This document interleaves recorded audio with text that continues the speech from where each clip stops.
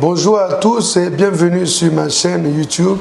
Aujourd'hui, nous allons parler d'une notion très connue, mais dont comptablement, on a souvent des difficultés pour passer les écritures.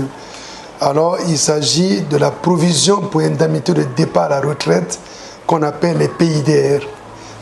Avant l'OAD révisé, cette provision n'était pas obligatoire à être passée dans les comptes. Elle était facultative. Aujourd'hui, avec l'OAD révisé, notamment à son article 48 du droit comptable, il est fait obligation que nous devons passer dans nos comptes annuels la provision pour indemnité de départ à la retraite. Alors, cette provision, comment on la calcule? Parce que la difficulté est là, comment calculer cette provision-là? Elle est toute simple. Il faut juste que nous déterminions le salaire moyen de chaque agent à la date de calcul de la provision, notamment au 31 décembre, et nous devons tenir compte en lisant la convention collective, en lisant les accords d'établissement de cette structure ou cette société. Nous regardons les avantages qui sont liés à cet employé ou à ce salarié et en mettant le taux de progression, parce qu'il s'agit de la capitalisation, le taux de progression, par rapport à l'âge restant de travail du salarié, parce que si le salarié a été recruté en 2025 et prenons qu'il a été recruté peut-être en 2020 et il a déjà travaillé 5 ans, on est au 31 décembre 2025 et ce salarié-là va prendre la retraite par exemple à 60 ans. Alors, ce qui veut dire qu'on va voir son âge actuel et combien de temps reste à ce salarié pour travailler. Alors donc, on va faire la progression par rapport au temps restant à travailler et nous allons déterminer ce qu'on appelle l'indemnité future. Donc, on met un taux de progression, le salaire moyen facteur de 1 plus le taux de progression, exposons la durée restante à travailler et multiplié par les avantages qui sont accordés par la convention, nous allons avoir une indemnité future, dans ce que le salarié aura s'il reste en vie jusqu'à la date de la retraite. Mais nous savons que la vie humaine, elle est faite de beaucoup des aléas et qui peuvent faire que la personne décède. Donc, il faut regarder le taux de mortalité par rapport au code ciment. Après, il faut regarder, la personne peut aussi quitter l'entreprise et ne pas rester dans la société jusqu'à la date de la retraite. Donc la personne peut aussi quitter l'entreprise. Donc il faut essayer de voir comment calculer la probabilité de présence.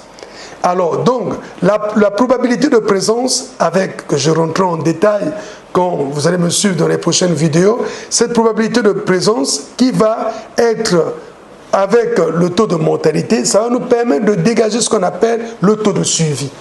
Et le taux de suivi que nous allons calculer, on va le multiplier à l'indemnité future qui a été calculée précédemment. Nous allons avoir ce qu'on appelle l'indemnité pondérée. Ça veut dire on essaie de pondérer l'indemnité future en tenant compte de la probabilité de mortalité, de la probabilité de présence et donc globalement la probabilité de suivi. On va avoir ce qu'on appelle l'indemnité pondérée. Donc l'indemnité pondérée, en tenant compte du risque que la personne décède, que la personne reste dans la société. Mais cette indemnité pondérée, c'est jusqu'à la fin la durée restante, jusqu'à la date de la retraite. Il faut actualiser. L'actualisation, c'est le fait qu'on se dit que la valeur jusqu'à ce que la personne prenne la retraite, c'est X valeur. Mais quelle serait la valeur à la date d'aujourd'hui?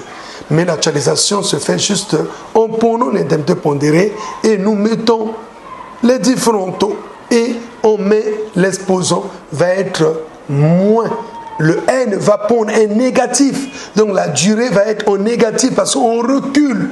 Le fait qu'on recule et donc il y a une actualisation. Donc on actualise pour savoir l'indemnité à la date d'aujourd'hui. Et donc nous déterminons l'indemnité actualisée qui est la provision à la date d'aujourd'hui. Et après, il faut juste multiplier par le taux des charges sociales et des charges fiscales. Et le taux de charge fiscale et le taux de charge sociale va nous permettre d'avoir la provision à comptabiliser dans les comptes à la date de clôture des comptes. Cette provision est nécessaire parce que sinon le résultat est biaisé. On n'a pas le bon résultat parce qu'on n'a pas tenu compte des charges futures. Nous savons bien que le postulat nous avons dans les postulats et les conventions, la convention de prudence nous demande de passer toutes charges qui sont latentes. Mais nous savons aussi que le postulat de spécialisation des exercices ou de séparation des exercices nous demande de comptabiliser les charges et les produits de l'exercice auquel ils se sont réalisés.